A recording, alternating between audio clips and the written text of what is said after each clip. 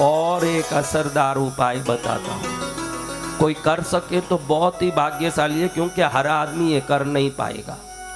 जुगनू जानते हो? जुगनू, हाँ हाँ, वो दिन में भी रहते हैं लेकिन अंधेरे में उसका उजाला दिखता है, ऐसे लाइट की तरह आता है। हाँ? आता है ना जुगनू। ये किसी वृक्ष में बैठे हों, वो वृक्ष आपको पता हो। जुगनुओं को पकड़ना नहीं है, मैं जुगनू पकड़ना, चूहा पकड़ना, बिल्ली पकड़ना ये ज्ञान नहीं दे रहा हूँ। आपके कहीं दूर भी कोई जुगनू रहते हैं, वो जगह पता है क्या? ये बताओ। जी भगवान। किसी को पता है जुगनू वाला वृक्ष?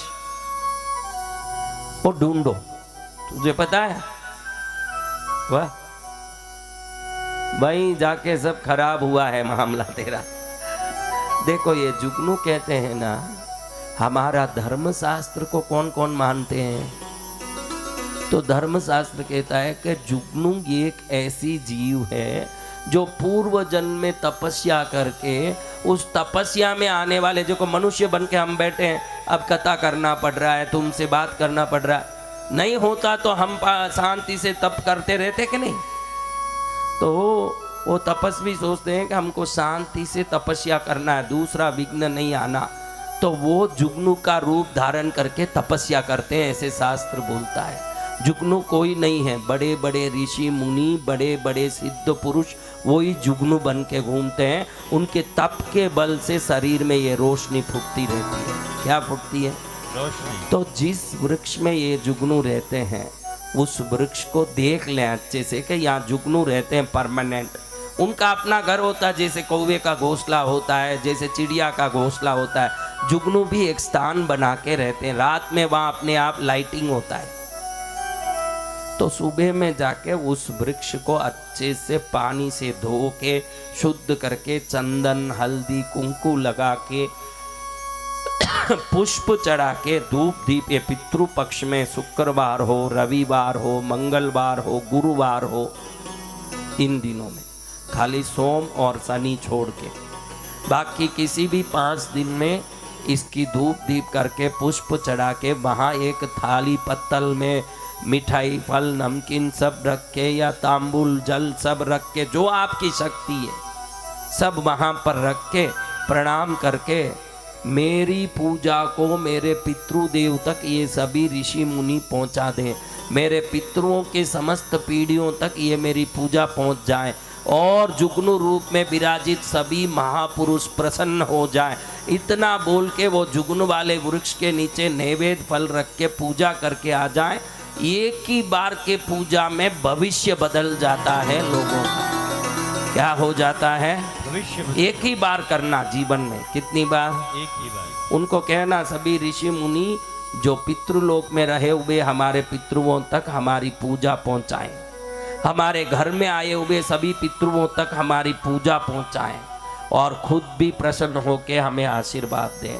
बहुत सरलता से 2 मिठाई है, रोटी है, सब्जी दा, जो भी छोटा बड़ा आप रख सकते हैं, सरलता से उतना करें तो बस। लेकिन पहले वृक्ष के तने को थोड़ा धो के साफ करके, उधर चंदन कुंकू हल्दी थोड़ा लगा के, 2-4 पुष्प डाल के, क्या डालना? 2-4 पुष्प डाल दें और धूप दीप कर दें और छोटा सा पत्तल रख दें। एक बार ये पितृपक्ष में, ये आप अमावास के पहले या अमावास के दिन भी कर लोगे तो ये जीवन भर के लिए आपका भाग्य का पलड़ा पलटने वाला ये बहुत बड़ा उपाय बनेगा। क्या बदल जाएगा? क्या बदलेगा? भाग्य दशा अब जागी तुम्हारी, ऐसा ही। अगर इतना जुगनू वाला नहीं मिलता है भाई, हम कहाँ ढूंढे? ये पूरा चेंज हो जाता है। इसको करने के बाद आपकी जिंदगी बदल जाती है। उसके लिए जुगनू वाला वृक्ष देखना पड़ता है। जुगनू वाले वृक्ष, अभी मैंने पूछा कौन जानते हैं, 2 लोगों ने हाथ उठाए, हम जुगनू वाले वृक्ष जानते हैं। वो कर सकते हैं जाकर, वो पितृपक्ष में अभी अमावस तक है टाइम, तो घर जाते ही ये पितृपक्ष में वो पूजा कर सकते हैं। दूसरे लोग ढूंढो कहाँ जुगनू है। अगर नहीं मिला तो यही पूजा सफेद आंकड़े के पौधे के नीचे करो, ये सब जगह मिलता है। सफेद आंकड़ा जानते हो ना? सफेद मदार आंकड़ा बाहर करना घर के अंदर, घर के पास भी नहीं, ये बाहर करना। ये जो रख के आ रहे हैं ना, ये निवृत्ति है। रोज की मासिक पूजा, तिथि, वर्ष का पूजा, ये सब घर में करना, ये एक उपाय है। उपाय घर के अंदर नहीं किया जाता। एक सफेद आंकड़े का पौधा हो, उस पौधे के तने के पास से 2 फुट 1 फुट तक पानी से उसको धोएं, उसको भी चंदन लगा दें, हल्दी कुमकुम लगा के टिक्की करें और अक्षत छांटें, 2 फूल चढ़ाएं, धूप दीप करें, प्रणाम करें, पूर्व मुखी खड़े होके ये सब करना उस पौधे के सामने।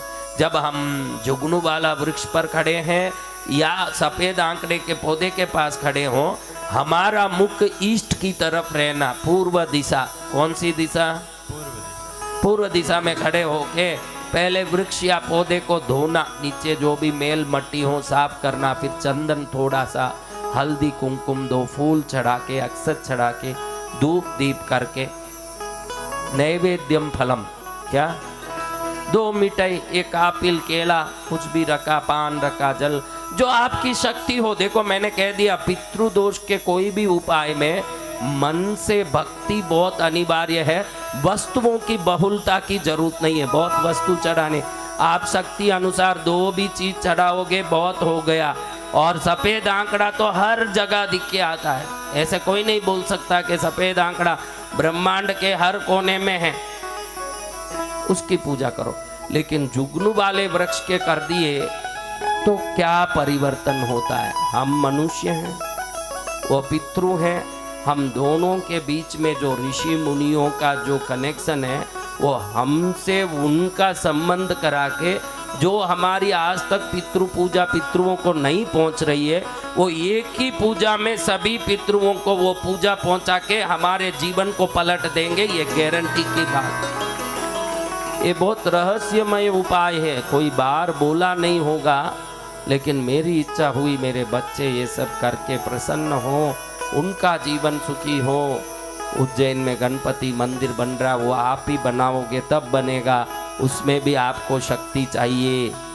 कृष्णगिरी में मंदिर बन रहा है, उसमें भी शक्ति चाहिए। आपको शक्ति चाहिए तो पहले भाग्य भी अच्छा होना चाहिए। इसलिए ये सब पूजा को श्रद्धा से करो। अगर कोई पूजा एक बार कर रहे हो और आपको लगे कि पूजा करके कोई फल नहीं मिला तो चिंता मत करो। हर पूजा किसी न किसी एक ग्रह के वस्तु से होता है। अभी कोई भी वस्तु चढ़ा रहे हैं, आपको मालूम नहीं होता आप आपिल चढ़ाते हो, आपको मालूम नहीं आप अनार चढ़ाते हो, पूजा में केला चढ़ाते हो, आपको मालूम नहीं है कि मेरे नक्षत्र के अनुसार ये फल शत्रु है या मित्र है।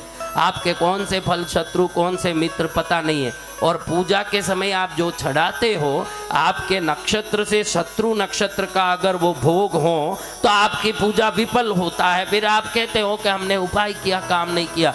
कोई भी उपाय काम नहीं किया ऐसा हो ही नहीं सकता। हमको समझ नहीं होने से गलत चीज चढ़ा के हम उपद्रव उत्पन्न करते हैं। अगर समझ आ गया तो बिल्कुल एक ही उपाय में राजा की तरह जी सकते हैं, कोई संदेह